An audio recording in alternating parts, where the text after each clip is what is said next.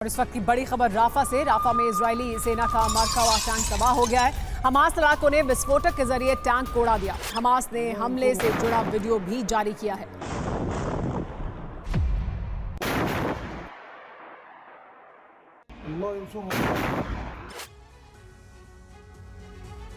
Ukraine में Zelensky का कार्यकाल पूरा होने के बाद से पुतिन यूक्रेन की सरकार को अवैध करार दे चुके हैं।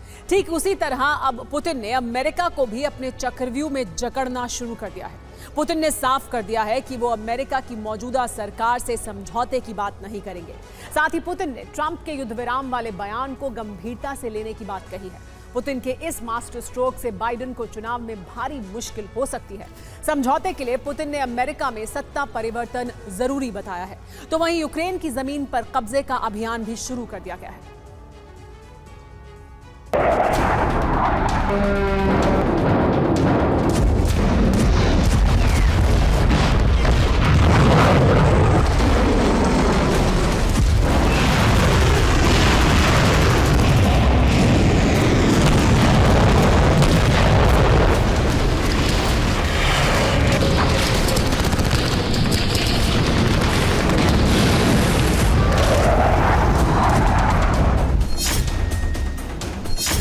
पुतिन का उद्देश्य अब सिर्फ यूक्रेन की जमीन पर तबाही नहीं,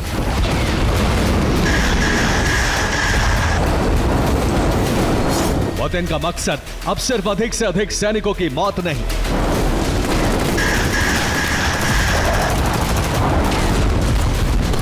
पुतिन का लक्ष्य अब सिर्फ नेटो के हथियारों को भस्म करना नहीं,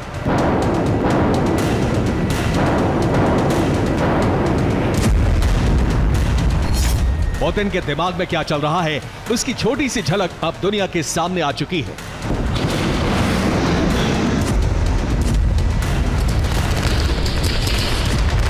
पुतिन बाइडेन पर हद से अधिक प्रेशर बनाने की कोशिश में है। पुतिन अमेरिका को यूक्रेन से दूर करने की कोशिश में है। हथियार सप्लाई रुकवाने की नीति पर आगे बढ़ रहे हैं। पुतिन ट्रंप को खुश करना चाहते हैं। पुतिन नेटो में फूट डलवाने की कोशिश में है।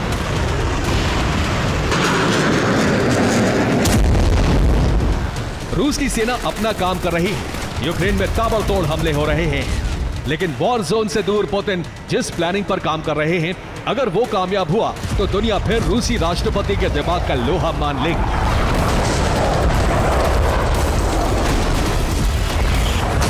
अब तक क्या हुआ ये संक्षेप में समझ लीजिए। रूस ने युद्ध विराम का एक प्रस्ताव तैयार किया। युद्ध विराम के ड्राफ्ट को अमेरिका से लीक कराया गया।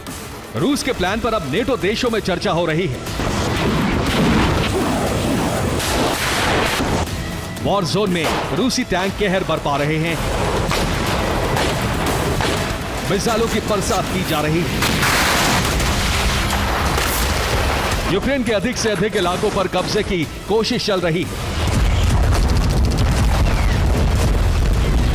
लेकिन इस बीच जंग के मैदान से बहुत दूर अपने बयानों से पुतिन अमेरिका और नेटो के खिलाफ तैयार चक्रव्यूह को मजबूत कर रहे हैं।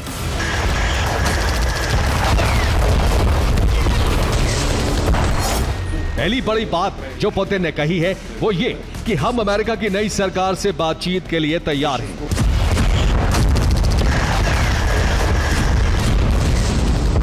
अमेरिका में चुनाव होने वाले हैं और पुतिन के इस बयान से साफ है कि वो बाइडेन के बाद जो राष्ट्रपति बनेगा उससे युद्ध पर बातचीत को तैयार है।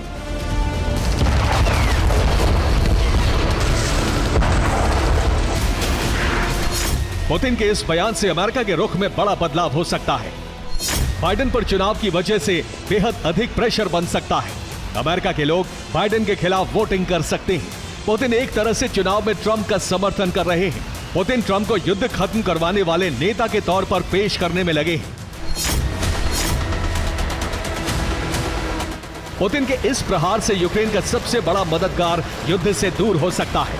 बाइडेन चुनाव की वजह से अपने फैसले बदलने को मजबूर हो सकते हैं।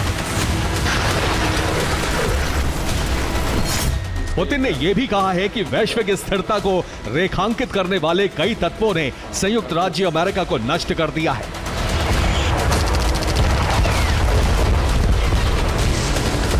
पुतिन साबित करने की कोशिश में है कि अमेरिका इस वक्त गलत नीतियों की वजह से सबसे खराब दौर में है। और पुतिन की ये बातें अमेरिकी वोटर्स पर सीधे तौर पर असर डाल सकती हैं।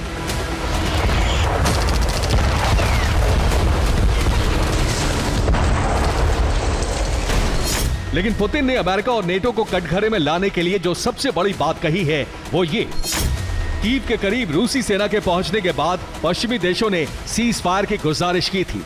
रूसी सेना लौट गई, लेकिन पश्चिमी देशों ने रूस के साथ धोखा किया। पुतिन ने अमेरिका को फरेबी देश करार दिया है, यानी अमेरिकी चुनाव तक पुतिन युद्ध क्यों नहीं रोकेंगे, इसकी वजह बता दी गई है। पहली ये कि वो बाइडेन के राष्ट्रपति रहते युद्ध विराम नहीं करेंगे। दूसरी ये कि अमेरिकी चुनाव तक रूस यूक्रेन पर हमले जारी रखेगा।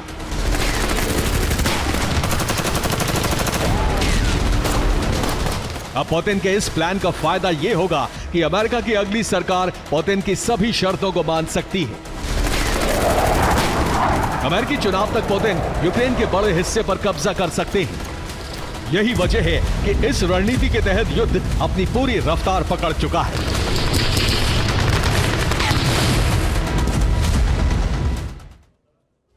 यूक्रेन में तबाही का सिलसिला तेज है। गुरुवार को यूक्रेन पर 22 बार ड्रोन से हमले हुए। रूस के कुर्स्क में हो रहे इस हमले में कीव, चेर्निहिव, ज़ाइटोमिर, सूमी, निप्रोपेट्रोव्स्क और पोल्टावा को टारगेट करने की कोशिश हुई, लेकिन एयर डिफेंस की वजह से 21 ड्रोन नष्ट कर दिए गए। रूस के भीषण हमले के बीच पश्चिमी यूक्रेन में 600 यूक्रेनी सैनिकों की मौत हुई है। दक्षिणी यूक्रेन रूस के हमलों में 630 यूक्रेनी सैनिक गंवा चुका है, जबकि यूक्रेन सेंटर में चल रहे युद्ध में 490 सैनिकों की मौत हो गई।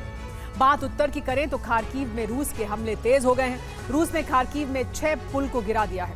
रूस ऐसा इसलिए कर रहा है ताकि खार्किव में लड़ रहे यूक्रेनी सैनिकों तक जरूरी सामान पहुंचाना बेहद मुश्किल हो जाए।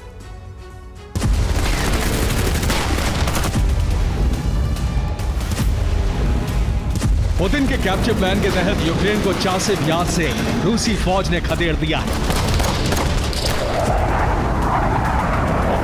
रिपोर्ट के मुताबिक चासिव यार के ज्यादातर इलाकों पर रूसी सेना का कब्जा हो चुका है। किनाल इलाके से यूक्रेनी फौज ने मोर्चा छोड़ दिया है। चासिव यार में बड़े पैमाने पर यूक्रेनी सैनिकों की मौत हुई है।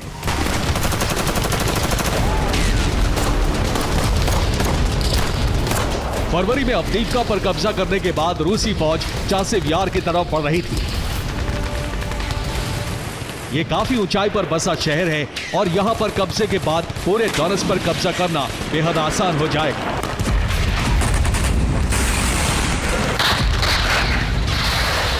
रिपोर्ट के मुताबिक लगातार हमलों के बाद यूक्रेनी कमांडर्स अपने सैनिकों को लेकर सुरक्षित इलाके की तरफ चले गए हैं। पोल्टावा के करीब मंगलवार को स्कंदर मिसाइलों से एयरबेस पर हमला हुआ था। गुरुवार को रूस ने यहां एक तेल डिपो को टारगेट किया। रूसी मिसाइलों के धमाके के बाद यहां कई तेल टैंक में आग लग गई। यूक्रेन के ड्रोन का संहार करने के लिए Donetsk Panjshir S-1 air defence की तैनाती कर दी गई। हथियार खत्म होने के बाद यूक्रेन ड्रोन से हमले कर रहा है।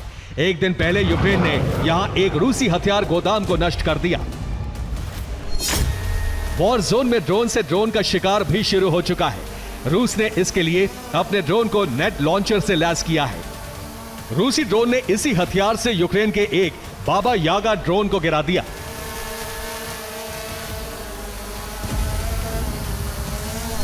खेरसोन में रूस के लगातार प्रहार के बाद एक बड़े इलाके में आग लग गई। कई किलोमीटर तक जंगल जल रहे हैं।